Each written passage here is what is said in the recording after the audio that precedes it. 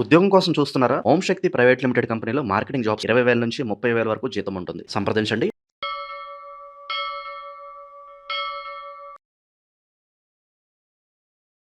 అందరికీ నమస్కారం. ప్రస్తుతం మనతో పాటు ఉన్నారు ప్రముఖ జ్యోతిష్య వాచస్పతి బ్రహ్మశ్రీ పోతుకూచి చంద్రమౌళి శాస్త్రి గారు. గురుగారితో మాట్లాడతాం. నమస్కారం గురు. ఓం శ్రీ మహాలక్ష్మీదేవ్యే నమః. గురుగారు, ఈ జూలై 4వ తారీఖు నుంచి ఆగస్టు 1 వరకు శుక్రగ్రహ సంచారం జరగబోతుందని తెలియజేస్తున్నారు. మరి తులారాశి వారికి ఈ సంచారం ఎలా ఉండబోతుందంటారు? మా మహాలక్ష్మీదేవి యొక్క స్వరూపమే శుక్ర భగవానుడని మనం చెప్పుకోవాలి. ఈ కలియుగంలో ఏ యుగంలోనైనా సరే శుక్రుడు ఆనందానికి, అట్లాగే ఆహ్లాదానికి, అనంత కోటి అయినటువంటి ధనాన్ని వర్షరూపకంగా కురిపించేటటువంటి గ్రహం ఏదైనా ఉంటే అది శుక్రగ్రహం. అందుకనే రే నాయన, వీడికి శుక్రమహర్దశ పట్టింది, చాలా విశేషమైనటువంటి జీవితం ప్రారంభమైందిరా, ఇక వీడి జీవితంలో ఏది ముట్టుకున్నా బంగారమే. అంటే మనకి బంగారానికి సంబంధించి గురుడు, బుధుడు, శుక్రుడు ప్లస్ రవి కూడా రాగికి సంబంధించిన, ఈ 3 గ్రహాలలో శుక్రుడు బాగా బంగారానికి సంబంధించిన వాడు. ప్లస్ స్త్రీలు అంటేనే శుక్రగ్రహం. అంటే శుక్రగ్రహంలోంచి పుట్టిన వాళ్ళు స్త్రీలు, కుజగ్రహంలోంచి పుట్టిన వాళ్ళు పురుషులు అని చెప్పి శాస్త్రంలో ఉంది. అందుకనే సౌందర్యానికి, అందానికి, తేజస్సుకి, ధనానికి, కీర్తికి, ప్రతిష్టకి ఏ రకంగా చూసినా సుగంధ ద్రవ్యాలను ఉంటాయి కదా, పూలు కావచ్చు, సువాసన కలిగించేటటువంటి పూలు కావచ్చు, పత్రాలు కావచ్చు, ఇంకేదైనా ఆహారపరమైనటువంటి పదార్థాలు కావచ్చు, ఏవైనా అంతే కదా, అవన్నీ కూడా ఏంటి, సుగంధ పరిమళ ద్రవ్యాలు అంటారు. అంటే దేవతలకి ఉపయోగపడేవి శుక్రగ్రహానికి సంబంధించిన పుష్పాలే. స్త్రీలు పుష్పాలు ధరిస్తారు. అసలు ఇప్పుడున్న కాలమానంలో స్త్రీలు అసలు పుష్పాలు ధరించట్లేదు, ఏదో ఫంక్షన్స్కి మాత్రమే, పెళ్ళిళ్ళకి చేస్తున్నారు. పెళ్ళిళ్ళకి కూడా చాలా వరకు ప్లాస్టిక్ పూలే వాడుతున్నారు, అందంగా ఏదో సినిమాల్లో చూపించినట్టుగా. రియల్గా మల్లెపూలు, తెల్లటి పూలన్నిటికీ శుక్రుడు అధిష్టాన దేవతమ్మ. ఎవరైతే తెల్లటి పూలని ధరిస్తారో స్త్రీలు, వారికి అఖండ సౌభాగ్యం కలుగుతుంది. అంటే వివాహం అవుతుంది, వివాహమైన తర్వాత అన్యోన్య దాంపత్యం కలుగుతుంది. దాని ద్వారా కుటుంబంలో నిత్యము సుఖంగా, సంతోషంగా వీరు వండి పెట్టడము, భర్త భుజించటము, వీరి మధ్య అనురాగము, ఆత్మీయత వృద్ధి చెందుతూ సత్సంతానానికి దారితీస్తుంది. సౌఖ్యం లేదనుకో అమ్మా, భార్యాభర్తల మధ్య అసలు సౌఖ్యము కలగాలన్నా ఆకర్షణ అందముతోనే ప్రారంభమవుతుంది.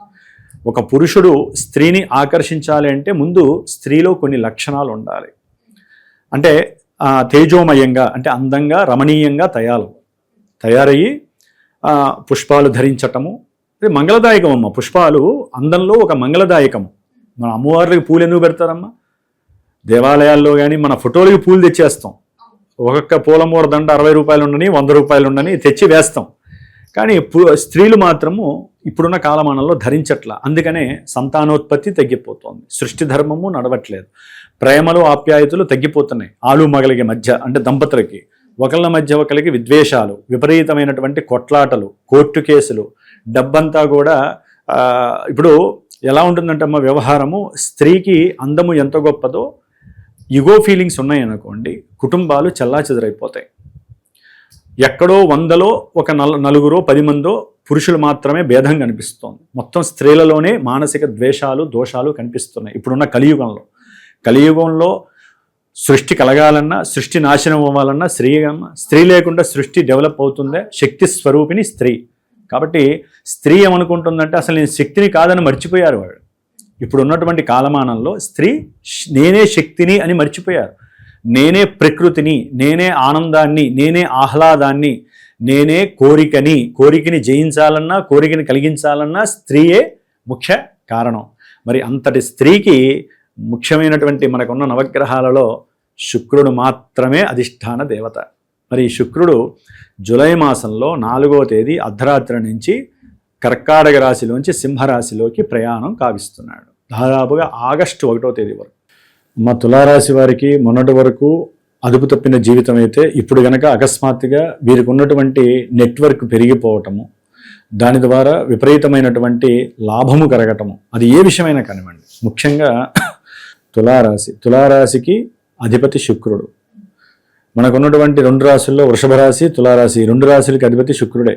ధనకారకుడు కావచ్చు, ఏదైనా కావచ్చు. మరి ఆయన లాభంలో ఉన్నాడంటే అర్థం సామాన్యమమ్మ. వీరు ఏదైతే తలుచుకున్నారో అవన్నీ కూడా అచంచలంగా లాభాన్ని మాత్రము తెచ్చిపెడుతూ ఉంటాయి. అది ఎట్లా? ఆకస్మికంగా వీరికి ఉన్నటువంటి ఆ పరిచయాల పరంగా ధనము రావచ్చు. లేకపోతే పెద్ద పెద్ద వాళ్ళతో, ఇండస్ట్రీ పెద్దలు ఉంటారు కొంతమంది, సినిమా రంగంలో ఉన్నటువంటి వాళ్ళకి అది కనుక సినిమా ఫీల్డ్లో విపరీతమైనటువంటి పెద్దవాళ్ళ ద్వారా ఆఫర్స్ రావటం సడన్గా, దాని ద్వారా వీరికి ఇన్కమ్ రెట్టింపు చేసుకునేటటువంటి స్ట్రాటజీ పెరిగిపోతుంది. అట్లాగే కీర్తి, కొంతమందికి బిజినెస్ చేస్తూ ఉన్నట్టుండి ఒక్కసారి గవర్నమెంట్ ద్వారా వీరికి మంచి అవార్డ్స్తో పాటుగా అవకాశాలు లభిస్తాయి. దాని ద్వారా వీరికి ఉన్నటువంటి మేధాశక్తితో పాటుగా వీరు పడేటటువంటి కృషి, వీరికి ఉన్న ఆలోచన శక్తి, కోరికలు, ఇంకా బిజినెస్ ఎక్స్పాండింగ్ చేయాలి, ఈ వీళ్ళతో టైఅప్ అవ్వాలి అని ఇట్లా ఎన్నో రకాల ఆలోచనలు వీరిని ఒక స్థాయికి తీసుకెళ్లేటటువంటి మాసంగా ఈ యొక్క మాసం చెప్పుకోవచ్చు అమ్మా. ఎందుకంటే శుక్రుడు ఉన్న 28 రోజులు కూడా తులారాశి వారికి వివాహపరమైనటువంటి అనుకూలతలు, ఆర్థికపరమైనటువంటి ధనలాభాదులు, ప్రభుత్వంతో ఏదైనా పనులు చేయించుకోవాలనుకుంటే ఇప్పుడు చేయించుకుంటే తొందరగా పనులు అయిపోతాయి. అట్లాగే ఏదైనా భార్యాభర్తలకి సంబంధించినటువంటి అనుకూలతలు, ఒకరి నుంచి ఇంకొకరికి ఆర్థికపరమైన సహాయాలు, అదే వారి యొక్క సలహాలు వీరు స్వీకరించడం. ఇప్పటి వరకు వినకపోయినా మొన్నటిదాకా ఏ సమస్యలు ఉన్నా ఇప్పుడు కాస్త ఒకరి అనుకూలతలు ఒకరికి పెరుగుతాయమ్మా. కాబట్టి అట్లా ఏదైనా అనారోగ్యపరమైన సమస్యలు ఉన్నా తులారాశి వారికి కాస్త తగ్గుముఖం పడతాయి. అంటే సరైన మందు వాడటము, సరైన ఔషధం స్వీకరించడం ద్వారా వీరికున్న కొంత అనారోగ్య సమస్యలు కూడా పటాపంచలైపోయి కాస్త రిలాక్స్ వెల్గా బతకడానికి ఈ యొక్క శుక్రుడు చాలా యోగ్యకరమైనటువంటి పరిస్థితిని ఇస్తున్నాడు, సంతాన లాభాన్ని ఇస్తున్నాడు. అట్లాగే ఈ శుక్రుడు లాభంలో ఉన్నప్పటికీ రాహుకేతులతో కలిసి ఉన్నాడు కాబట్టి కొంచెం జాగ్రత్తగా ఉండాలి. స్త్రీ అయినా పురుషుడైనా ఎవరైనా సరే తులారాశి వారు ఒక్కోసారి ఆకస్మికంగా వీరికి నేను చెప్పినవన్నీ కూడా ఏదైనా రిఫ్లెక్ట్ కూడా కొన్ని కావడానికి అవకాశం ఉంటుందమ్మా. ఎందుకంటే జన్మజాతకంలో ఏ దశలో నడుస్తూ ఉంటాయి, అదే శుక్రదశలో నడుస్తూ లేకపోతే రాహుకేతువులు అనుకూలంగా ఉంటే మంచి శుభాలే కలుగుతాయి వీళ్ళకి. కొంతమందికి ప్రేమలో కూడా సక్సెస్ కలగడానికి అవకాశం ఉంటుంది. లేకపోతే ప్రేమ వలన వీరికి లేనిపోని సమస్యలు జరగడానికి అవకాశం ఉంటుంది. కొంతమందికి ప్రేమలో విఫలం అయిపోయి ఇదే సందర్భంలో వికటించి వారి ఆలోచనలు అఘాయిత్యాలకు పాల్పడే అవకాశం ఉంటుంది. ఇట్లా లాభంతో పాటుగా కష్ట నష్టాలు ఉంటే దానితోటి రాహుకేతులతో కలవడం ద్వారా సంతానపరమైనటువంటి లాభం కలుగుతుంది అని అనుకునే లోపలే అకస్మాత్తుగా సంతానపరమైనటువంటి ఇబ్బందులు, అంటే గర్భవతులుగా ఉన్న వాళ్ళకి కొన్ని ఇబ్బందులు, సంతానం ఉన్నటువంటి వాళ్ళకి కొన్ని ఇబ్బందులు. అట్లాగే ఉద్యోగంలో ప్రమోషన్ వస్తుంది అనుకుంటారు. కొంతమందికి ఆకస్మికంగా ప్రమోషన్ వస్తుంది, కొంతమందికి ప్రమోషన్ రాకపోవడం ఉన్న ఉద్యోగం ఊడిపోతుంది. ఇలాంటివి జరగడానికి కూడా రాహుకేతులు తోడ్పడుతున్నారు అంటున్నాను. కాబట్టి శుక్రుడు బలంగా ఉన్నప్పటికీ లాభంలో రాహుకేతులతో కలిసి ఉండేసరికి ఏం జరుగుతుందనేది ఎవరని చెప్పలేము, జన్మజాతకమే తెలియజేస్తుంది. అందుకనే ఎవరైనా పర్సనల్గా ఈ శుక్రుడిచ్చే కొన్ని లాభాలు ఉంటాయి కదా, ధనలాభం కానీ, వాహనం, గృహము, ఏదైనా వ్యాపారపరమైనటువంటి బాండింగ్స్ కానివ్వండి, లేకపోతే ఆలుమగల మధ్య ఏదైనా ఇబ్బందులకరమైనా కూడా అలాంటి జ్యోతిష్కుల్ని సంప్రదించి వారి జన్మజాతకంలో అసలు ఏం జరుగుతుందో తెలుసుకొని దానికి తగ్గ పరిహారాలు ఆచరించవచ్చు. వీరు ఇంకా రెట్టింపు ఉత్సాహంతో ధనలాభాదులు కావాలన్నా, వివాహ యోగ్యతలు కావాలన్నా లక్ష్మీ స్వరూపిణైనటువంటి మనకి వారాహి అమ్మవారి ఉత్సవాలు వస్తున్నాయి కాబట్టి వీలుంటే ఈ 9 రోజులు అమ్మవారి ఆరాధన ఏదో రకంగా లేకపోతే అమ్మవారి దర్శనం చేసుకోవటం చాలా విశేషమైనటువంటి యోగాన్ని అయితే కలుగజేస్తుంది. వీరిలో ముందు శక్తిని, ధైర్యాన్ని, సమన్యాయ పద్ధతుల్ని కూడా రెట్టింపు చేసి చక్కటి లాభాలని కలుగజేసే అవకాశం అమ్మవారు మాత్రమే ఇవ్వగలుగుతుంది వీరికి. గురుగారు, మొత్తం మీద తులారాశి వారికి శుక్రగ్రహ ప్రభావం ఎలా ఉండబోతుందో తెలియజేసినందుకు ధన్యవాదాలు. శుభమస్తు.